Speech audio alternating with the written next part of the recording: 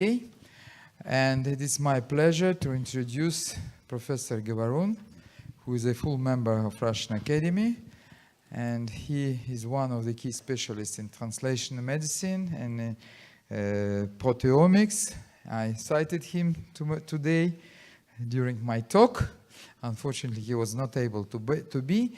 And the title is presented, and we are listening. You have half an hour, and I think this talk will be very interesting to most of these people. Thank you. Thank you, Sasha, for the kind introduction. First of all, I have to express my warmest congratulations to Professor Ivanov concerning the 80th birthday. And second, of course, to thank the organizing committee just to invite me and to provide the opportunity to present this work. It's not translation medicine, as Sasha said before. It's a typical basic research in the field of the system biology.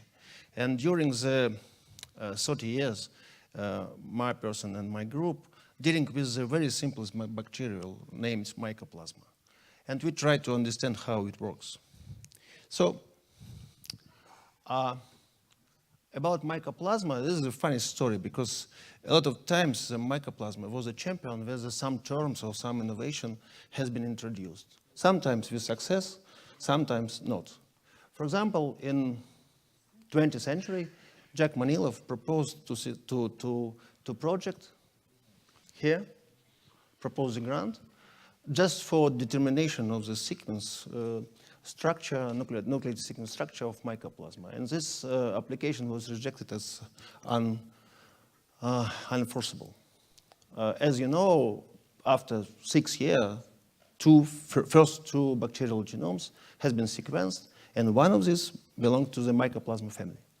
Second point, in 1995, Wilkins and co-workers proposed the proteomic terms as a term. So they also dealt with Mycoplasma pneumonia and Mycoplasma genitalium, and the aim of this relatively new field was just to clearly define whole proteome as well. And after that, a lot of omics data, omics technology devoted with the Mycoplasma, because this is very simple. So I have to say a few words about the molecules of Mycoplasma. This is the formal historic names of this class of bacteria. The molecules has a lot of unique features, like absence of the cell wall, reduced genome, sometimes extremely reduced genome, low GC content, altered genetic code, which is not favorable for the direct translation to the other bacteria. And it's very essential for my presentation. Most of species are the parasites or commensals of aquatic hosts. And during the evolution, the Mycoplasma produced a unique mechanism of host-pathogen interactions, motility, adhesion, immune escape, and something like that.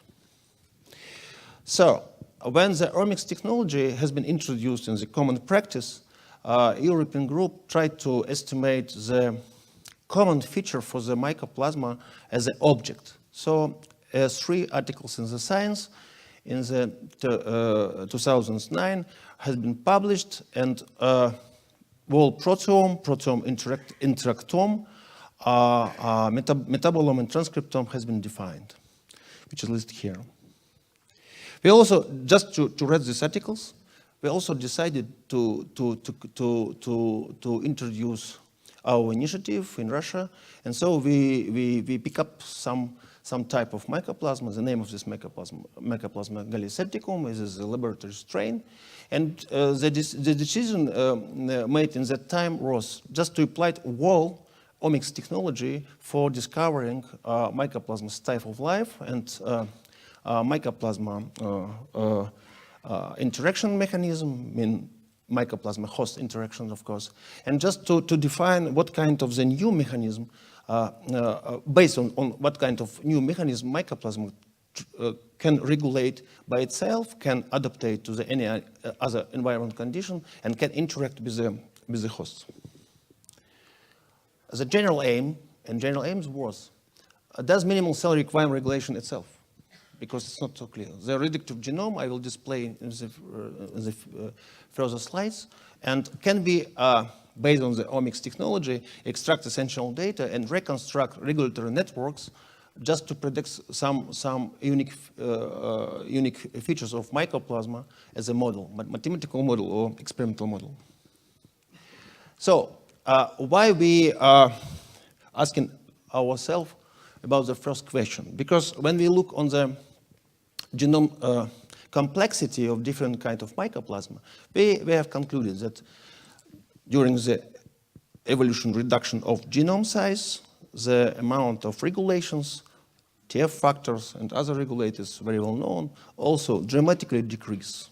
Only a few regulators, since now, has been clearly defined and prescribed in the literature. So, likely or similarly like other investigators, we applied a lot of perturbation model listed here, heat stress, oxygen stress, osmotic stress, and some others, just to define. Can we measure some response for this perturbation stress, or the mycoplasma is so stable, it's a very simple and very stable bacteria without any changes in any kind of the response. So first we performed the transcriptional profiling of mycoplasma, and it was wonder, but more than half of genes responded. But other unique feature which we defined in that time was that a poor correlation during the transcription response in the proteomic level. You can see the correlation between the RNA and protein is very poor during the stress adaptation. This is the heat stress. So it was a wonder, and we tried to discover this process step by step. So in the parallel lecture, sometimes I spent a lot of time just to explain to the auditory how it's difficult just to clearly define the relationship between different type of macromolecules in the cell. How difficult to define the amount of proteins, transcripts, or vice versa. And so we spent a lot of time for not only for understanding and measuring, but for validation and cross-validation of these results. But at the preliminary stage, we tried to define, is it essential or really the promoter structure and the transcription response, is it some correlation between these two items? So the main conclusion in this article was the physicochemical properties of the promoters can dictate response to any kind of stress.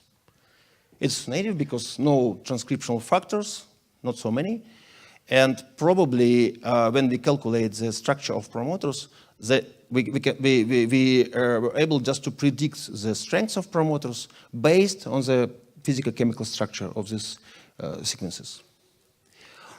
Other unique properties of Mycoplasma species, namely our object, was the so-called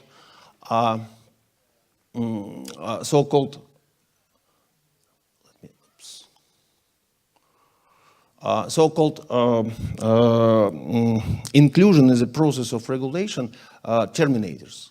So during the heat stress, we obtained or measured the activity of so-called sleeper termination, and approximately the half of the transcriptional activity happened due to the slippery of the terminators. Look at the proteome level, because it's quite clear that the transcriptional is only the basis of any kind of response. We measured gently, based on the different methods, the real response. In fact, not so many proteins really changed during the adaptation. It was very wondered. And it is a systematically point, because when the experimentator dealing with sharp,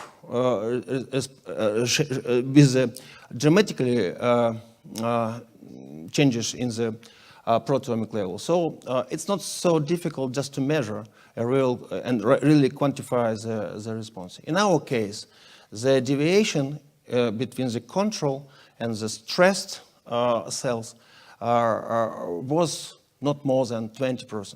So we spent probably 3 years and probably a dozen of biological repeats just to clearly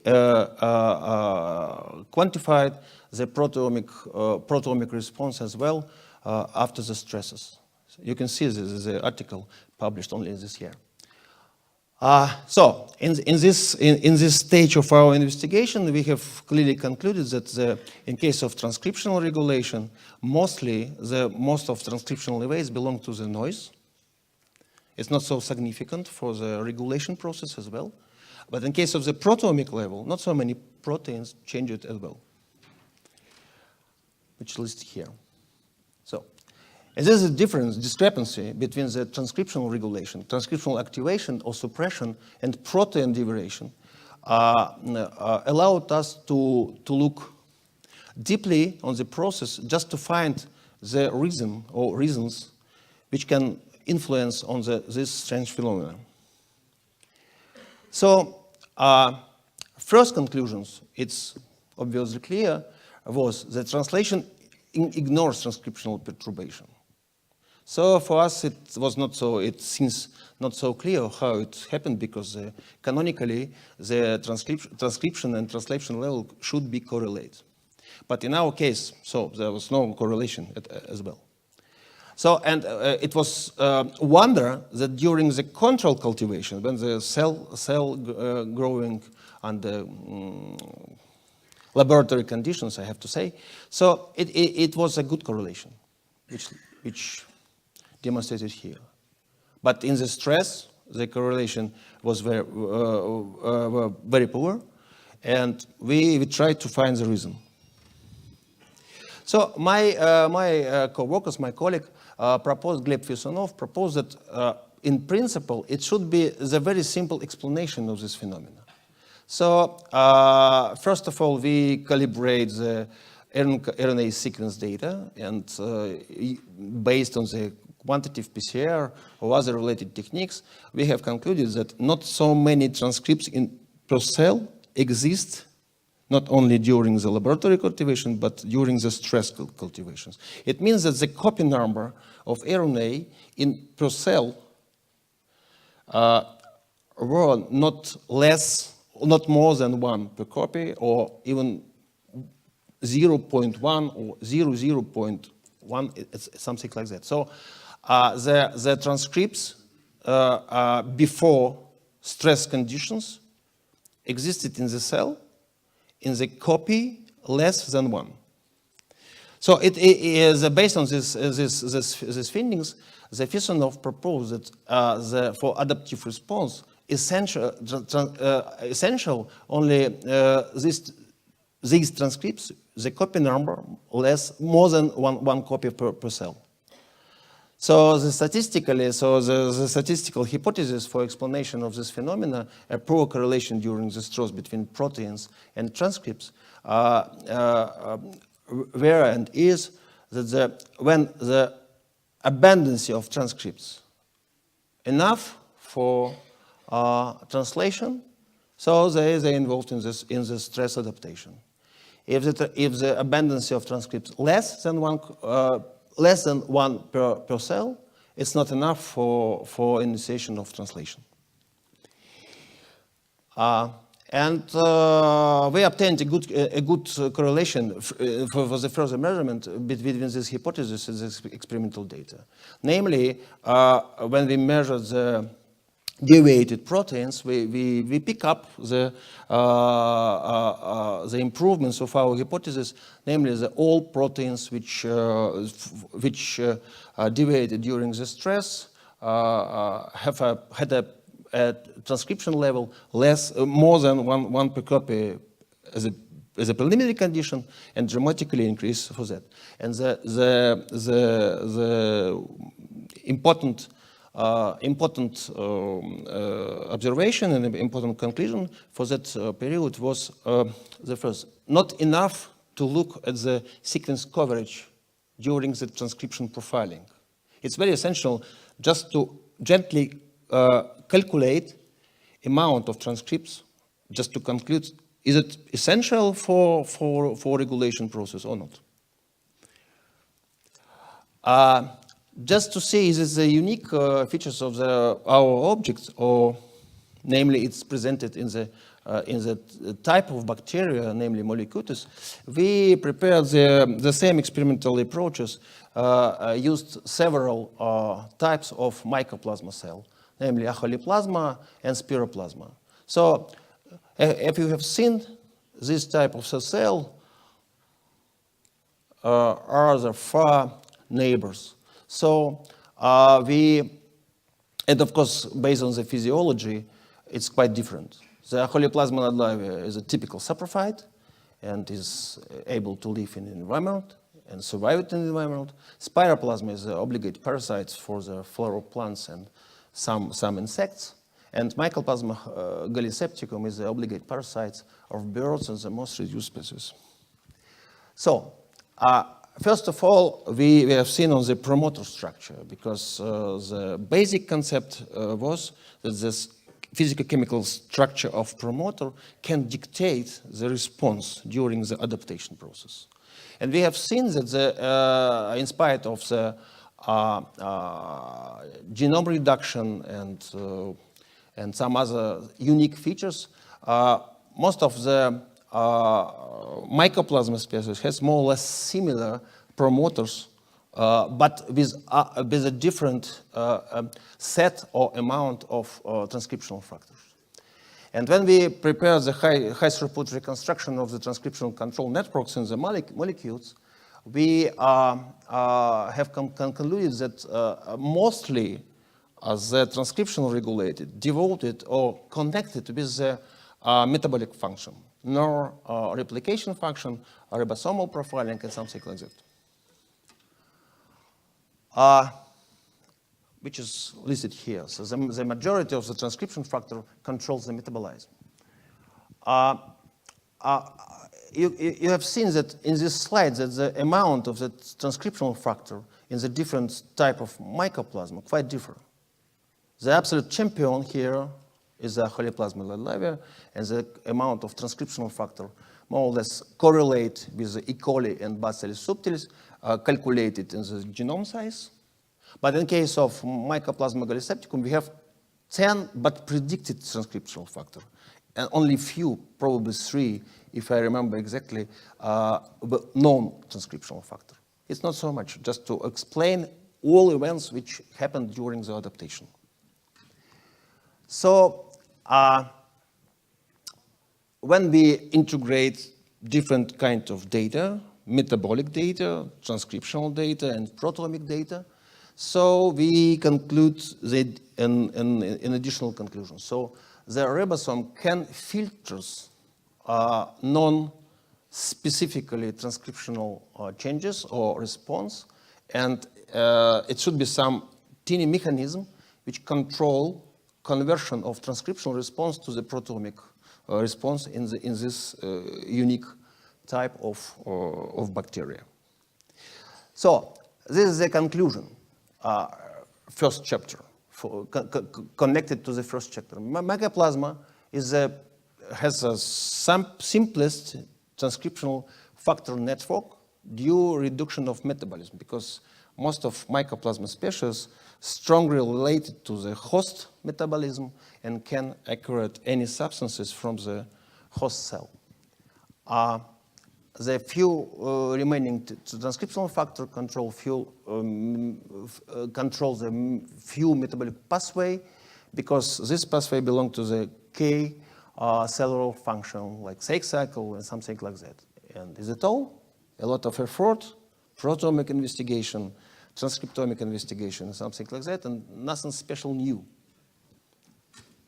So, but probably 1 year ago, we have a lot of data. So I have to say a big data. And during the hard discussion, we tried to apply quite new technology, not the proteomic or transcriptomic or other omic technology, just to discover a quite new mechanism.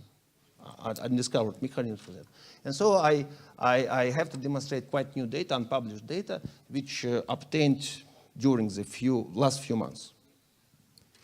So In fact, when we look on the omics data, our hypothesis is based on the very well-known facts.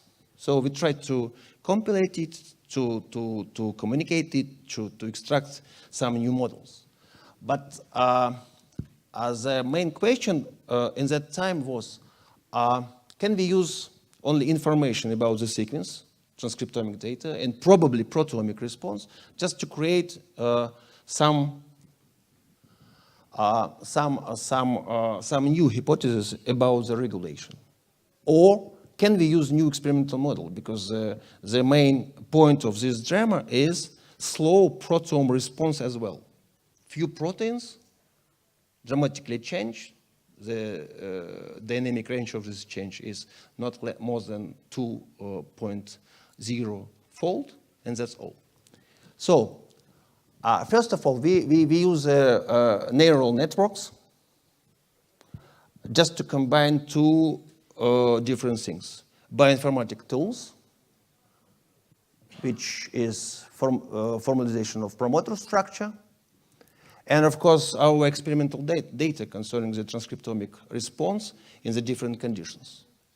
Just to prepare the matrix for machine learning and predicted strengths of these promoters and possible response for any kind of stress conditions. On the first stage, we use the Mycoplasma library as a learning object for this new algorithm, just to see is it work or not. So what was observed in that time was that the most of promoter suppressed during the laboratory conditions. And some of promoters which is very active, not only in the stress conditions, but also in the laboratory conditions, of course, good. We obtained a good correlation between our experimental data and predicted data. And based on this algorithm, we clearly pick up three different groups of promoters. First, belonging to the metabolomic reaction in the cell, like this is glycolysis and some other related genes and enzymes in metabolism, and some promoters controlling the other functions like transcriptional factors or some essential genes. And after that, we measured and predicted and calculated the possible response, which is listed here, during the heat stress adaptation, because it's very well known that during the heat stress, most of bacteria have a clear regulation scheme, and based on this repressor, which is temperature sensitive, and using two different genes, DNA and GRO-LS, so we obtained a good correlation between our prediction and real activity measured in the experimental scheme and the process. Let's go back to the Mycoplasma, because the main aim of this investigation is just to clearly define a new scheme of regulation. So when we applied these algorithms to the Mycoplasma, we have seen that about 50 promoters in laboratory conditions strongly repressed. Now we know the possible structure of this repression mechanism is most of them belongs to the ribose switches, but not totally. And this slide demonstrates the scheme of distribution of different type of genes where the repression phenomena occurred. So it's 2 points. First, unfortunately for us, it's not only an undiscovered structure. We clearly defined only a few of these structures since now, but also most of the repression events are situated in so-called unknown universally in the genome. So in fact, in spite of the reductive genome, even in Mycoplasma, approximately 30% of genes belong to the unknown group.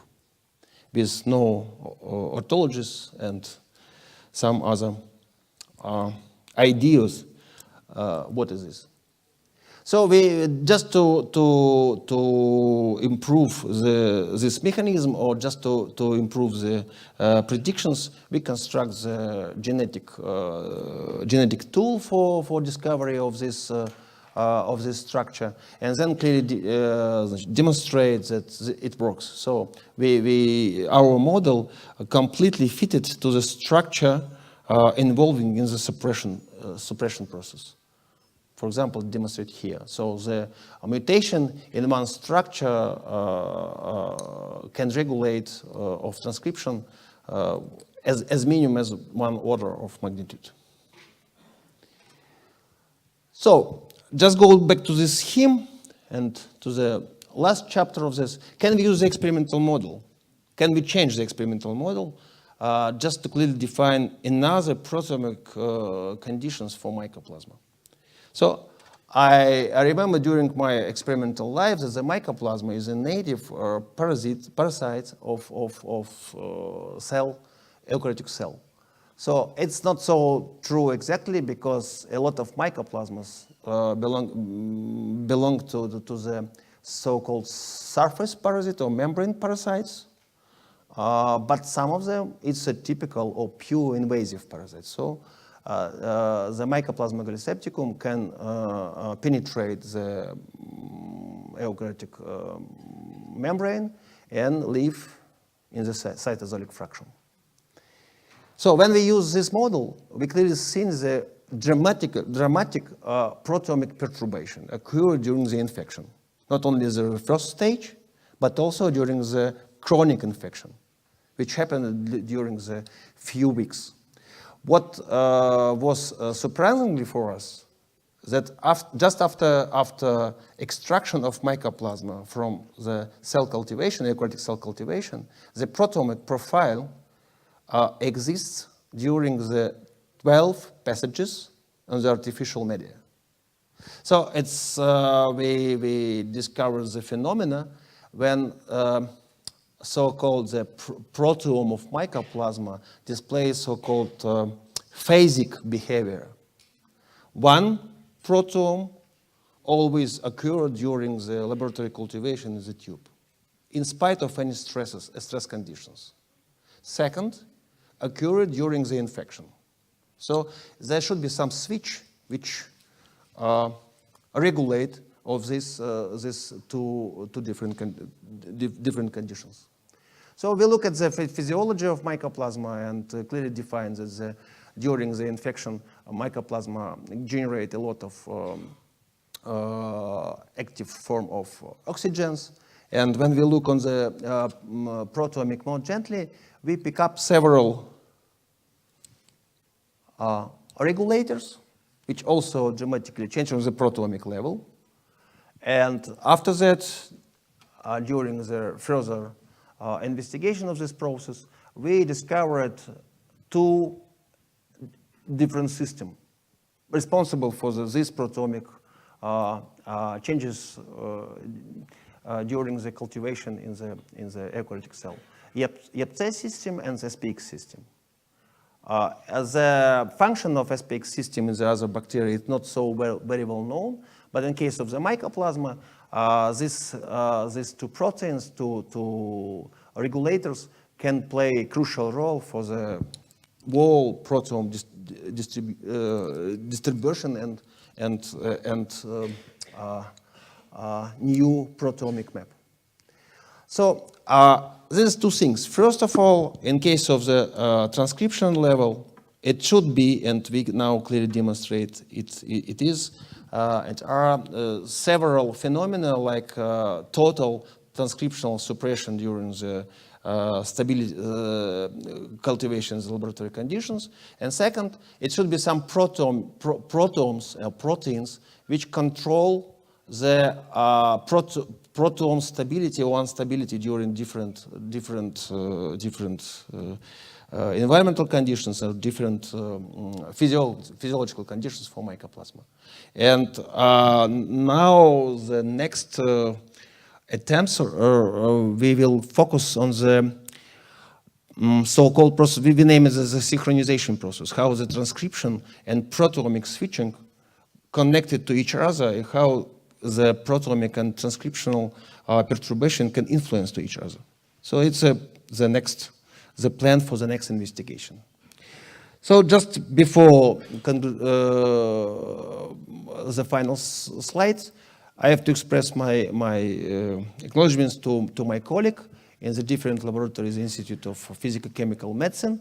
First of all, my own laboratory, Proteomic Analysis, devoted to the mycoplasma investigation, and several other laboratories which helped us just to prepare the experiments with the cell culture, with the microscopic investigation, with the sequencing, and some related techniques. Thank you very much for your attention.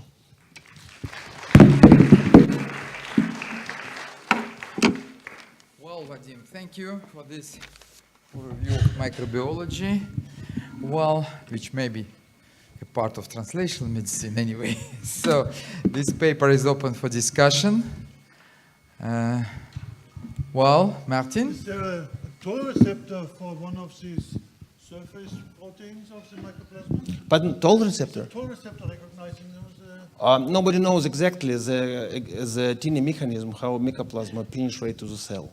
So no, I think not, because some group tried to investigate whether the toll-like receptors involved in this process. No, it's so-called some of kind of the mycoplasma, like mycoplasma penetrans, have the invasive mechanism, and this mechanism is phospholipase A2, and this phospholipase, this enzyme can degrade the phospholipid bilayer, and then it's a direct penetration.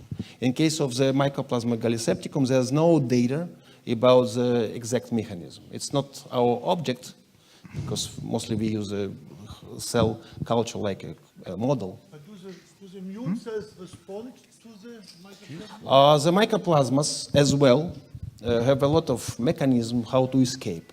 First of all, it's so-called the antigen switching, which occurred very frequently during the infection and during the persistence in the host organism.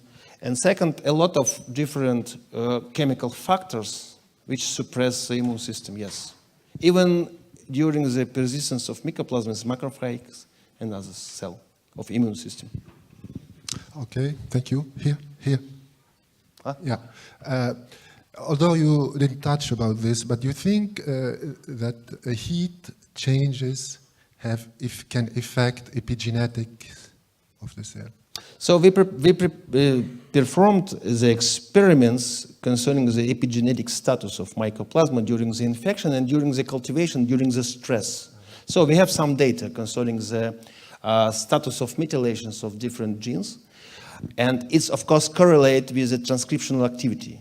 But it's absolutely not correlate with the proteomic changes during the stress. This is the main problem. Because in mammals, there are studies that have shown that changes in temperature can trigger modification at the level of the DNA methylation, in particular in sperm cells, and this can have undesirable effects in the yes, animal. Based on the modern sequencing protocols like PacBio and something like that, so of course we measured the methylation status in the different stages. But as I said before, so there's no correlation with the protein changes and methylation status.